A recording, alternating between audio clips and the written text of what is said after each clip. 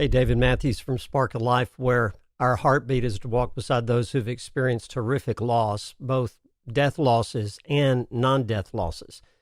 I want to just share with you kind of a grief tip today, very briefly. This is going to be a series of tips. We're going to go over the top 10 number one tips for grief recovery that we get asked about all the time. Everywhere we go, Debbie and I used to travel a lot before this COVID, but we still do a lot of traveling. And people say, "What do you do for a living?" And I say, "Oh, well, I work with people." "Well, what do you do with people?" And I say, "Well, I work with those who are grieving and are about ready to quit, and they've experienced horrific loss." And I was talking to one guy who's an author. Some of you probably have heard of this guy. I won't mention his name for obvious reasons because it wasn't very pleasant. He said, "What do you do for a living?" I told him that we work with those who grieve. And he said, "Well, you choose to do what you want to with your life, but I choose to work with the living." That really insulted me. I said, "Well, who do you think we work with?" We work with the living who are hurting. And we are Spark of Life. We are not Spark of Death. And usually when people ask, they're not that rude that this guy was. I like the guy, but he's not on my Christmas list, right? So anyway, people say, "Well, what's the number one tip you can give?" And I say, "Well, there's 10 number one tips, and I can't rank them. So I'll just go over the first one I want to go over this morning.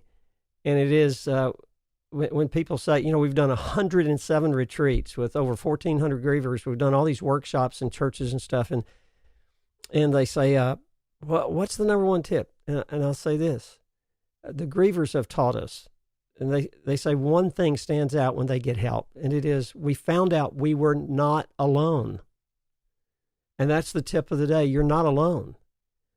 There's help out there. We stand ready to help you, okay? And I know many of you know people who are grieving, they're hurting. They just need to know they're not alone and that there is help available. We hear that all the time because what happens is sometimes we think we have to be strong for others. We have to go to work. Well, we do have to go to work after we lose the dearest on earth to us, if we need to work to live, right? And sometimes people think they have to just keep it to themselves and they got to plow through it, but that's usually not very successful in living forward. And we want you to know at Spark, you're not alone. There's grief help available right now. You can go to sparkoflife.org, check out our new website, check out the online virtual retreats we're going to have. They're going to be powerful, and we will feel connected through the Zoom technology.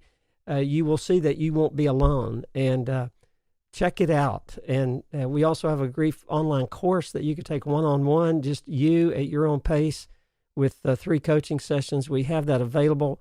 We want you to know you're not alone. And our coaches are standing by if you need somebody to talk to, coaching. At Spark of Life, there's always hope.